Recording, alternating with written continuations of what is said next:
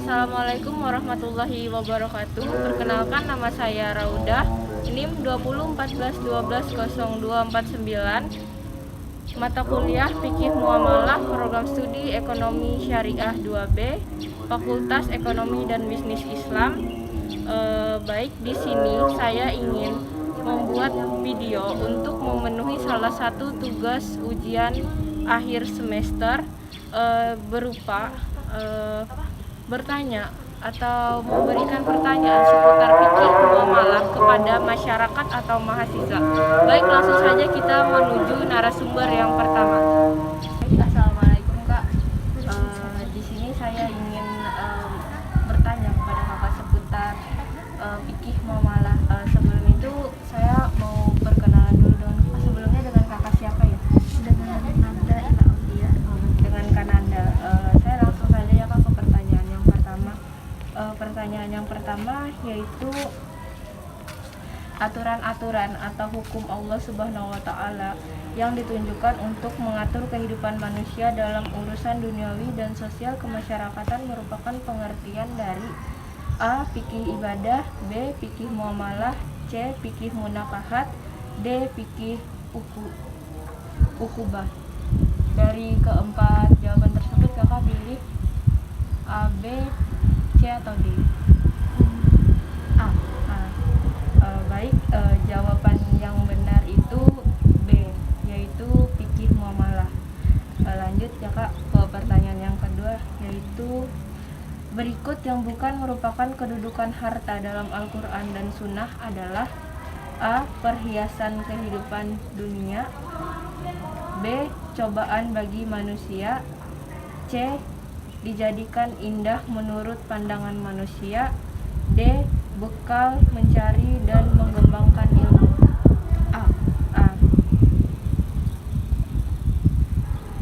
Baik, jawaban yang benar adalah D. Bekal mencari dan mengembangkan harta. Baik, langsung ke pertanyaan yang ketiga ya Kak, yaitu kesepakatan dalam perjanjian antara dua pihak atau lebih untuk melakukan atau tidak melakukan perbuatan hukum tertentu merupakan pengertian dari A. Kontrak, B. Akad, C. Ittijam, D. Uang prestasi.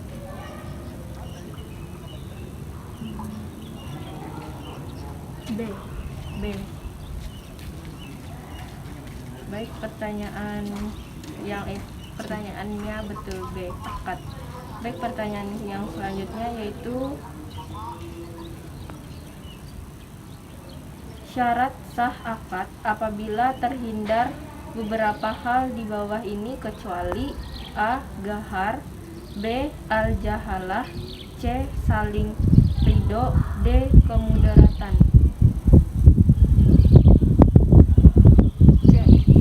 Berarti C. Saling ridho. Jawabannya D. Kemudaratan. Baik, pertanyaan yang kelima ya Kak, yaitu konsep yang bukan merupakan nama lain dari jual beli adalah A. Al-tabaru, B.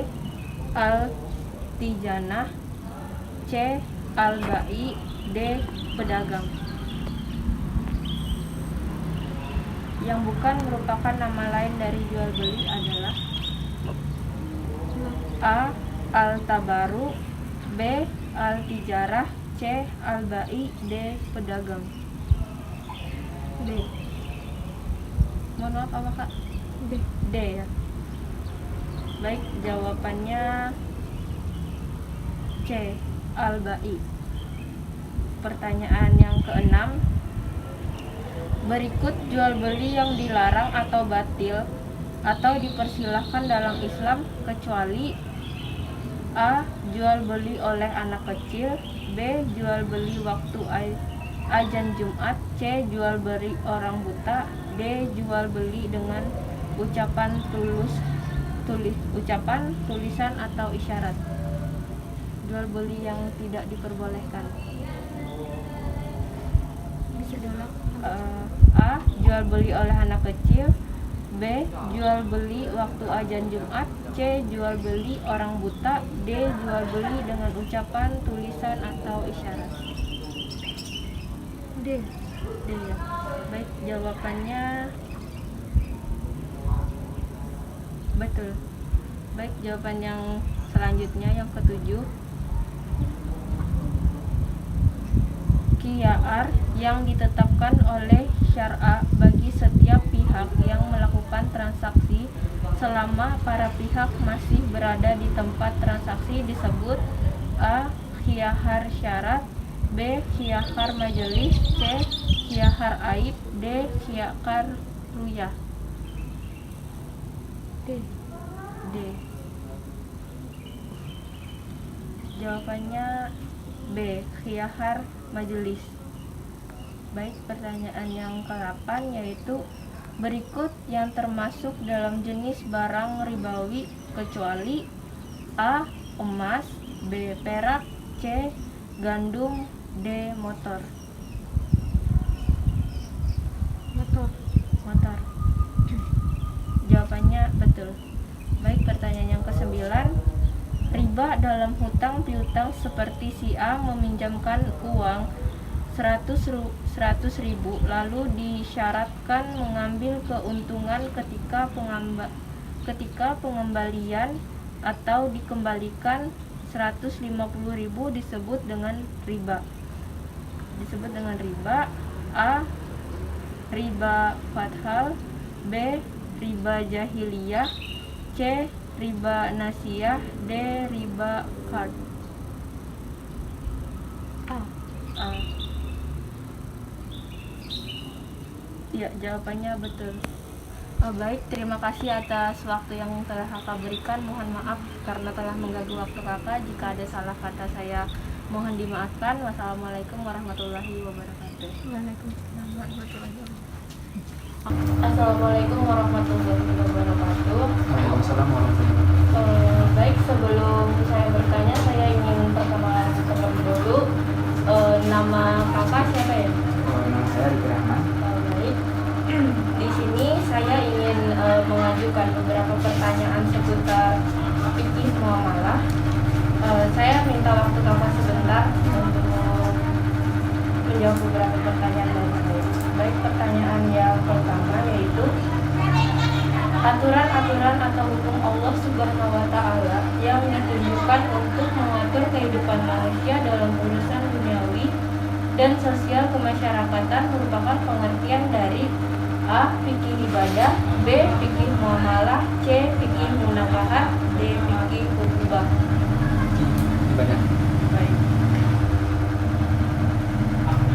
Yang kedua, berikut yang bukan merupakan kedudukan harta dalam Al-Quran dan Sunnah adalah A. Perhiasan kehidupan dunia. B. Cobaan bagi manusia. D. Dijadikan indah menurut pandangan manusia. D. Bekal mencari dan mengembangkan ilmu. Apa tadi pertanyaan? Pertanyaannya, berikut yang bukan merupakan kedudukan harta dalam Al-Quran dan Sunnah adalah A. Perhiasan kehidupan dunia. B. Cobaan bagi manusia. C. Dijadikan indah menurut pandangan manusia. D. Bekal mencari dan mengembangkan ilmu. C.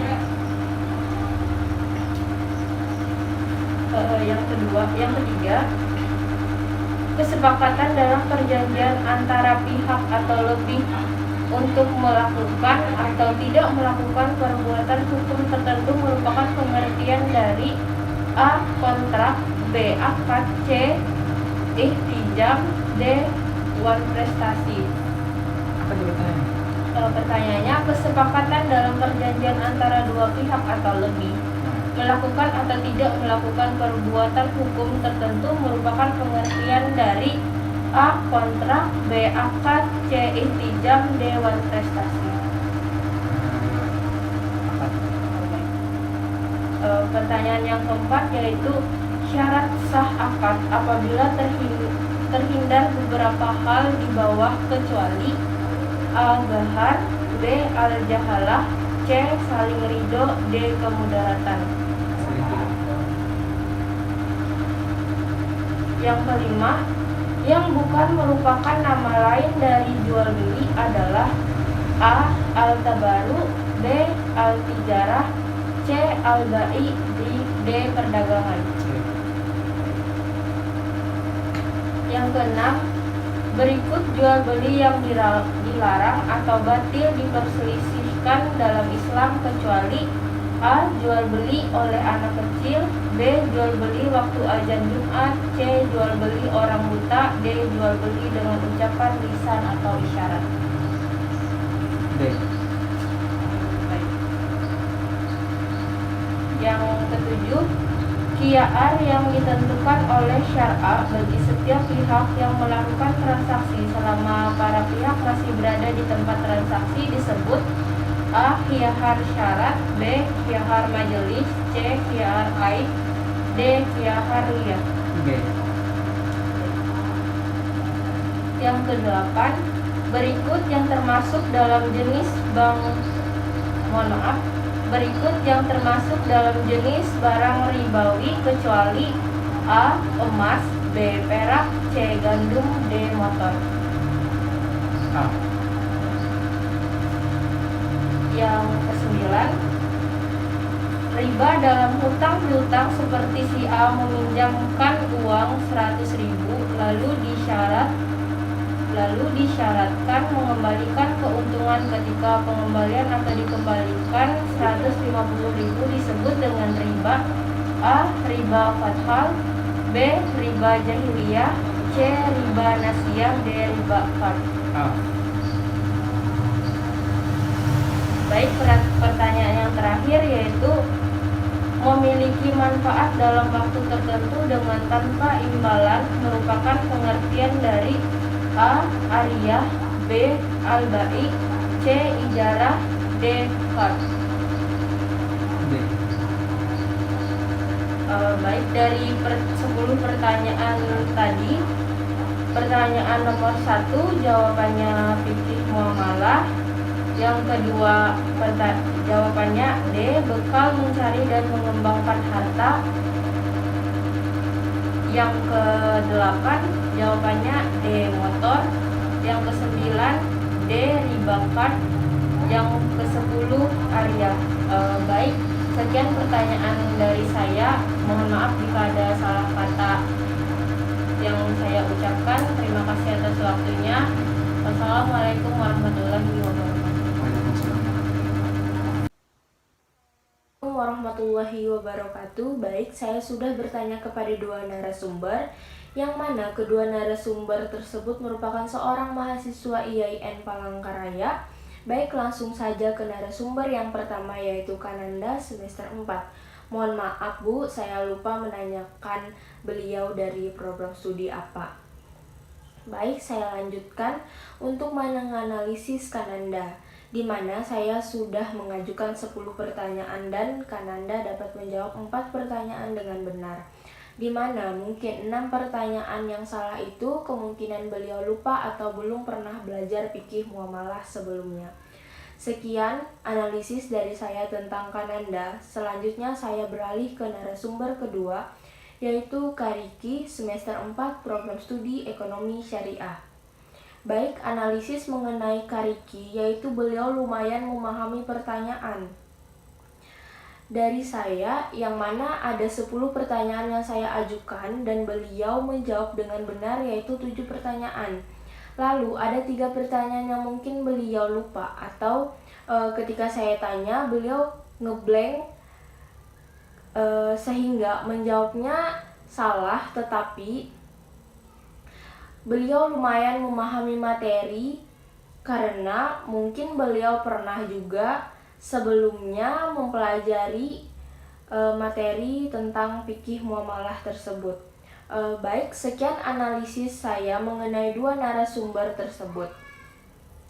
Baik, saya lanjutkan ke bagian kesimpulan mengenai fikih muamalah, yaitu ilmu tentang hukum berbagai macam kegiatan atau transaksi yang dilakukan manusia sesuai dengan aturan yang telah diatur dalam Islam. Ruang lingkup fikih muamalah ini yaitu seluruh aspek kehidupan manusia seperti ekonomi, politik, sosial, dan sebagainya. Sekian dari saya, yaitu tentang analisis dan kesimpulan. Mohon maaf jika ada salah kata dan sebagainya. Saya ucapkan terima kasih. Wassalamualaikum warahmatullahi wabarakatuh.